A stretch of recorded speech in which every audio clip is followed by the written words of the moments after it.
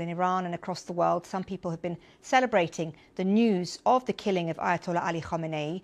Witnesses say some Iranians took to the streets in Tehran, the nearby city of Karaj, and the central city of Isfahan to celebrate after reports of Khamenei's death emerged. Look at this. These are scenes on the streets of North London in Golders Green. Iranians rallied on Saturday evening. The street was brought to a standstill, and eyewitnesses described it as pandemonium and jubilation. There are similar scenes in Los Angeles as well. Hundreds waved pre-revolutionary Iranian flags as news spread of the death of Iran's leader, who had been in power for almost 4 decades.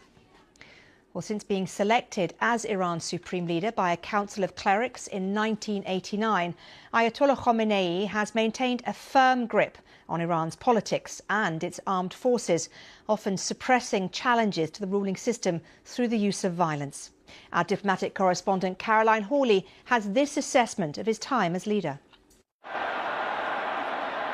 Ayatollah Khamenei had the final say on everything in Iran, the most powerful figure in the country, who saw himself as God's representative on earth. He came to power in 1989 after the death of Ayatollah Khamenei, who'd founded the Islamic Republic 10 years earlier, becoming political and religious leader for life. Ali Khamenei is said to have been his preferred choice of successor, and he continued its antagonism towards the West. He'd grown up in the holy city of Mashhad and became a cleric at a young age, but not one of huge consequence. And as supreme leader, he had to build his power base. He did so by aligning himself with Iran's hardline military force, the Revolutionary Guard. In 1997, when a moderate cleric, Mohammad Khatami, was elected president, Ayatollah Khamenei overruled his attempts to reform the system. It was he, not the president, who would decide the nation's fate. In 2009 came the first major challenge to his regime.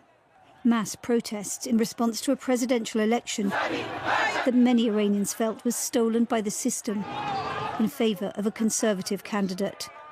The regime responded with deadly force, crushing the demonstrations, provoking international alarm. Then came an even bigger threat to the Islamic Republic, an uprising led by women, challenging one of the pillars of the regime, the compulsory hijab. It was sparked by the death of a young woman in custody, and again the response was a brutal crackdown. Ayatollah Khamenei blamed the unrest, as he always did, on outsiders, Iran's old enemies, the US, and of course Israel. But he was becoming increasingly unpopular. Economic protests, which broke out in December 2025, quickly spiralled into nationwide fury at decades of repression by the regime, headed by him. They chanted "Death to the dictator," referring to Ayatollah Khamenei. With thousands killed in the uprising, hatred of him only grew. One hugely unpopular policy of his rule was Iran's sponsorship of a network of proxy forces, chief of them Hezbollah in Lebanon, meant to act as a deterrent to any Israeli attack. But what Iran called the axis of resistance was dramatically weakened in the wake of the 2023 Hamas attack on Israel, leaving Iran critically exposed. For the outside world, Iran's nuclear program was a constant concern that prompted crisis after crisis. In 2015, Ayatollah Khamenei had authorized a deal that would curb the regime's nuclear activities in return for the lifting of sanctions. In the years since the deal was signed, Iran's aggression only increased. But Donald Trump then pulled out of the agreement in 2018 during his first presidency. And the following year, Iran began ramping up its production of enriched uranium to a level close to weapons grade. It always claimed it wanted the program for civilian purposes, not a bomb. But Israel and the US didn't believe it and bombed key nuclear sites last June. Ayatollah Ali Khamenei was an ideologue who refused to yield to the pressure bearing down on him from outside the country and within.